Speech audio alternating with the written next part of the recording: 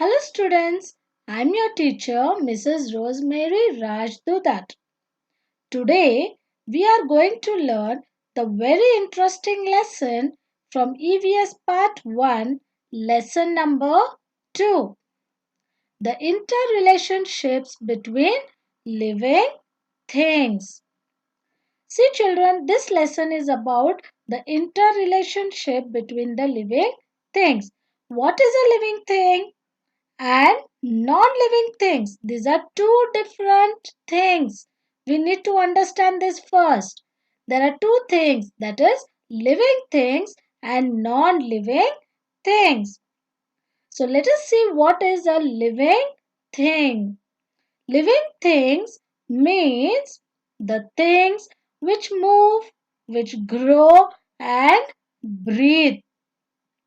So living things are the things which can move from here to there, from one place to another place. They can move, and living things also grow and they breathe. Now children, can you guess the examples of living things? Okay. Insects, we can say example for living things. Insects, different types of insects are there. Animals, here only I have shown you the camel, but there are all the animals that are living things. Trees, birds, humans, and the sea animals. These are all examples of living things. And living things can move, can grow, and they can breathe. Now let us see what is non-living things. Non-living things means the things which do not move, do not grow, and do not breathe. So this is a non-living things. Non-living things do not move from one place to another. If you keep a notebook in one place, it cannot move on its own. It remains in the same place until you pick up that notebook and keep it somewhere else. And it does not grow also. The notebook, the table, the chair, all these things, they do not grow. They remain in the same size that they are made of, and they do not breathe. They cannot breathe. Now let us see the examples of non-living things. Yes, you can guess it. Computer is a non-living thing. Mountain, pen articles, pen, pencil, book, all these articles, vehicles, houses, furnitures. These are all the examples of non-living things. So children, we have seen what is a living thing and what is a non-living thing. And today's lesson is the interrelationship between living things. We are going to see how the relations are between the living things. In this, I am going to explain to you only 2 points. Only 2 points we are just going to focus. The first one is, how are the plants related with humans? See, the plants and the humans are related with each other. The nature is very useful to humans. It is also useful to plants and animals. But the first point we are going to study is that how are the plants related with humans? How are the plants useful to the humans, to us? Okay, we need many things in our life. Like we need food to eat, we need water to drink, we need air to breathe, we need clothes to wear, and also shelter to stay. These are the needs that we need in our life, in our day-to-day life.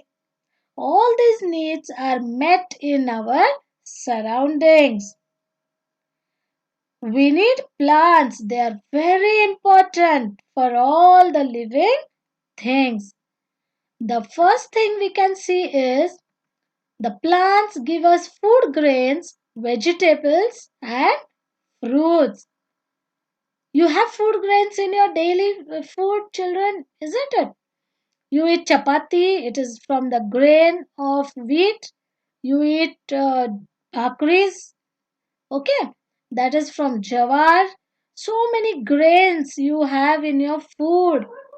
There are vegetables that you eat and also the fruits. These are all the food grains, the vegetables, and the fruits.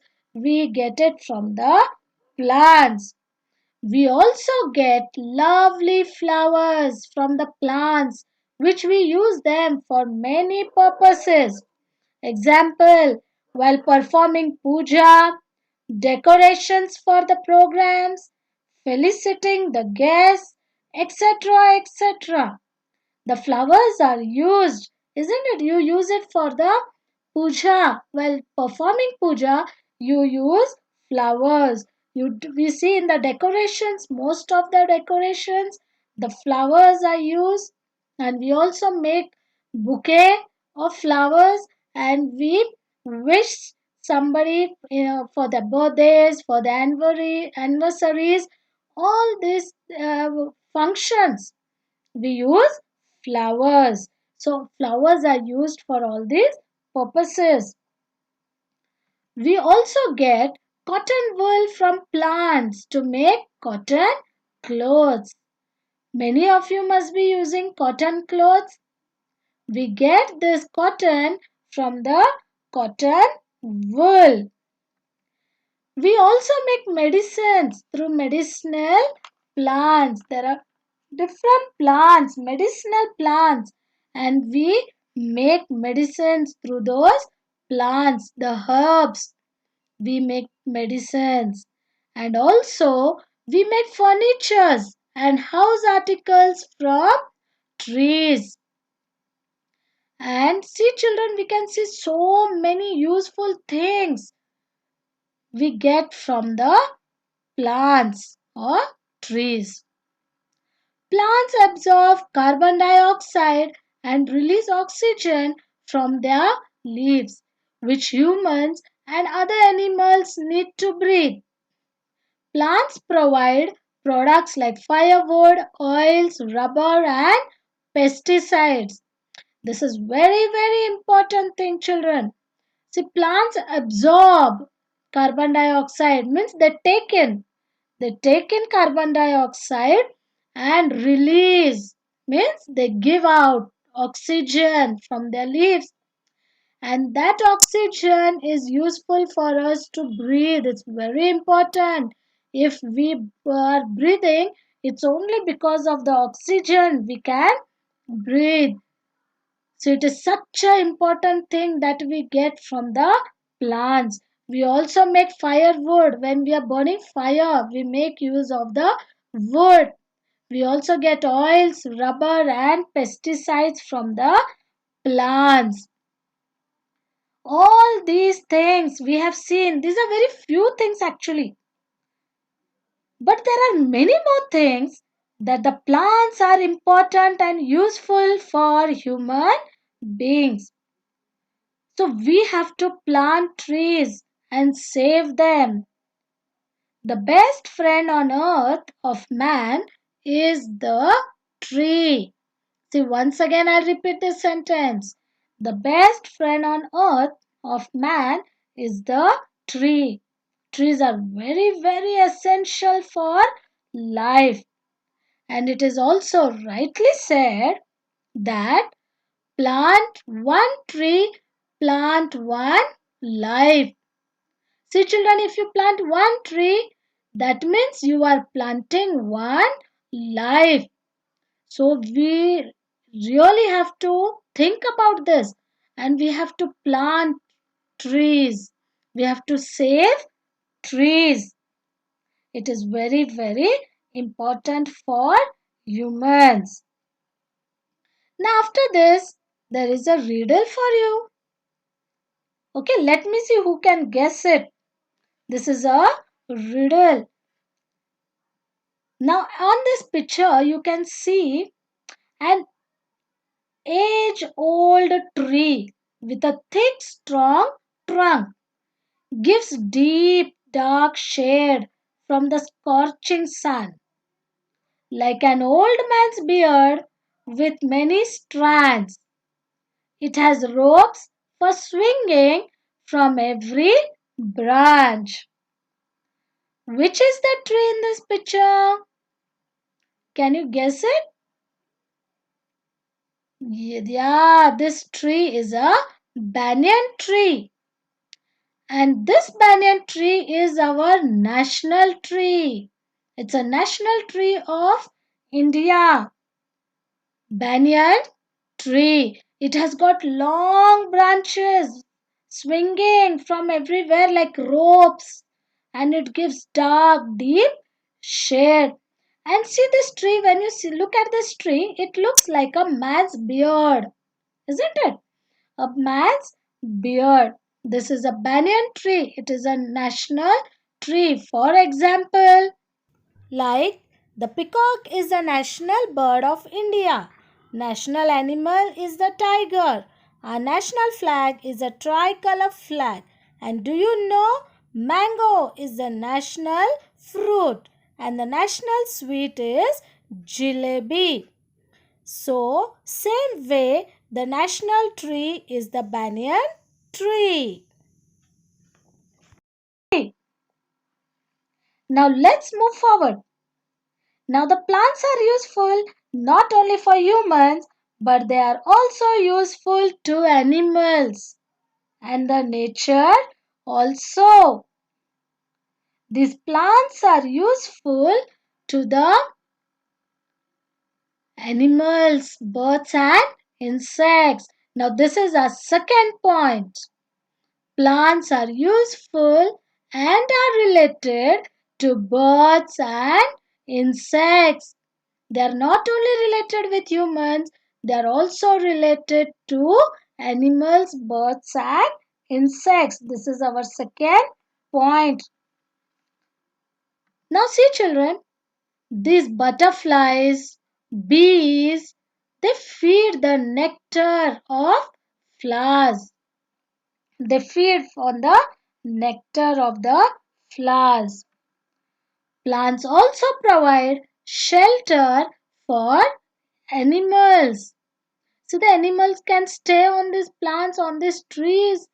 They provide safety for animals, shelter and safety for animals. Birds build their nest on trees and find shelter. It is so useful to these animals. See, you can see there. You can see in the pictures the birds. They build their nest on the trees and find shelter. They are safe over there. And you know one more thing? The plants also provide a place for animals to find their food. Example, let's take the example of the tiger. It has stripes on its body. You know what this tiger does? It lies in wait for its prey among the tall grasses. And its prey cannot see it in the grasses because of the stripes. The stripes look similar in those grass, in those trees, and its prey cannot see it.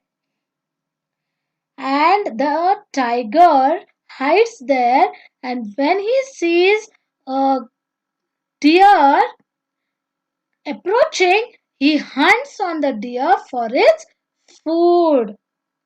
So the plants also help the animals to find their food. And there are also some animals which eat plants as their food, like the goats, sheep. They eat leaves of the plants, and cattle eat grass. Now again there are some more animals. Monkeys like monkeys and squirrels live on the trees. See, the trees are so useful to these animals. They are so interrelated with each other. Yes, the trees are such a great help to these animals. These animals can find shelter and safety on the trees. The tall trees help these animals to be able to defend themselves from their enemies. And because these trees are so tall, these animals can sit over there and their enemies cannot see them. These animals can defend themselves. And they can also eat the fruits of the trees, satisfy their hunger. Such animals are said to be arboreal. Now, what is the meaning of this arboreal? Let us see. The meaning of arboreal is the word arboreal comes from the Latin word arbor, which means tree, and arboreal means living in trees. See children, this is a Latin word. It comes from arbor. Arbor means tree. And arboreal means living in trees. So the animals living in trees are called as arboreal animals. And I hope children you are getting the meaning and understanding it well. And you know what happens? Unknowingly, these animals also help the trees with whose support they live. They live with the support of the trees, but these animals are also helping the trees. You know how? Because when they move around here and there in the surrounding, they spread the seeds of the fruit that they have eaten. And new trees grow in different places. You know, different places the new trees are growing. They eat the fruit, and while they're eating the fruit, the bits of the fruit is falling down. And when it is falling down, you know what happens? Different tree is grown in that place. So see how they are interrelated with each other. The plants are useful, helpful for animals, and the animals are also helpful for the plants. They are interrelated with each other. Now see children, these are the examples of arboreal animals or birds. They live in the trees. So living in trees is called as arboreal. These are the examples. Now let us take another example how these plants or the grasses are useful to animals, insects also. Okay. Now when a buffalo is grazing in a grassy area, you are likely to see an egret. This is a bird, egret, riding on its back. See the picture, you will understand better. What could be the reason for that? You think about it, children. See, what can be the reason why this egret is riding on the buffalo's back? Yes, it's a real thing that we have to really think about it. The certain kind of egret eats different kinds of insects. And you know these insects, small insects, they hide in the grass. And because they are hidden in the grass, the egret, the bird, cannot see those insects. And you know what happens? As the buffalo trends to eat the grass, it frightens the insects. And when the buffalo is eating the grass, the insects, they get scared and which fly out of the grass. They start flying from the grass, and the egret catches and eats them up. You must have noticed this in many of the farms or grassy area. You must have seen some insects are hidden in the grass. And when these buffaloes are grazing, eating the grass, the insect starts flying. And this egret is sitting on the back of the buffalo. It can catch the insect easily and it can eat.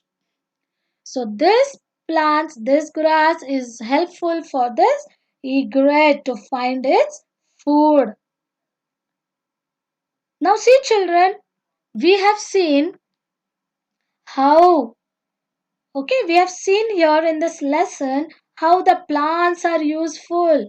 They are very important to both human beings and animals, and how they are interrelated with each other. The plants are useful for human beings, and human beings are also helpful for the plants.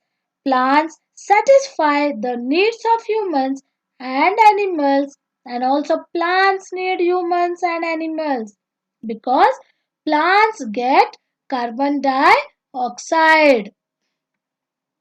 They get carbon dioxide. You must be thinking that why the plants need carbon dioxide. Yes, you must be thinking about it. They need carbon dioxide to prepare their food. Isn't it interesting?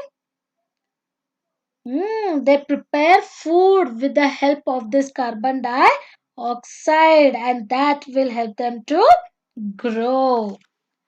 So, children, I hope you must have understood this lesson till here, and we are going to learn the next part. Okay, the next part of the lesson in the next video.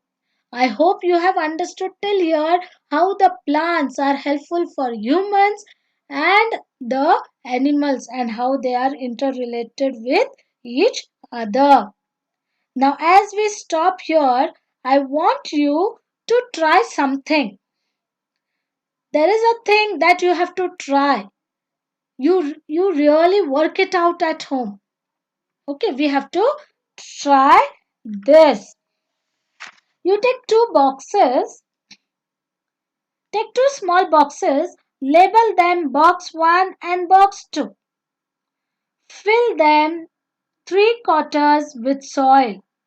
Make the soil moist enough to sow seeds. You sow the seeds in that boxes. Sow 2 sprouted moth. Moth means what? Matki. Seeds in each box. Give 2 spoons of water to the soil of box 1. Only once every day. And 4 spoons of water to the other box 4 times a day. Do this for 6 days and you see the difference. Now what difference do you see? I will tell you that also. The plants in the box 1 are growing well, but the plants in box 2 have begun to rot. They are rotting there because the box 2 has got more water. We have put so much of water, and in the box 1 we have given less sufficient water for the plant to grow. Now what does this tell us? Plants that are not aquatic plants cannot grow in marshy areas. If they get more water than they need, they rot. The meaning of aquatic plants means the plants that can live in more water. But this is not an aquatic plant. Because of more water, it has rot. So this you try. You soak seeds, matki seeds in the box and you pour water and you can plant them. So here we are going to stop. We have finished the part 1 of this lesson. Now there are the difficult words for you to learn and you have to write them in your notebook and you have to by heart those spellings, dictation words. environment, grasslands, shelter, living, plants, advantages, pesticides, bison, waterhole, dens, surroundings, mountains, prey, arboreal, stripes, unknowingly, droppings, satisfy, available, nilgai. So learn these difficult words, children, and by heart these words. Thanks for watching.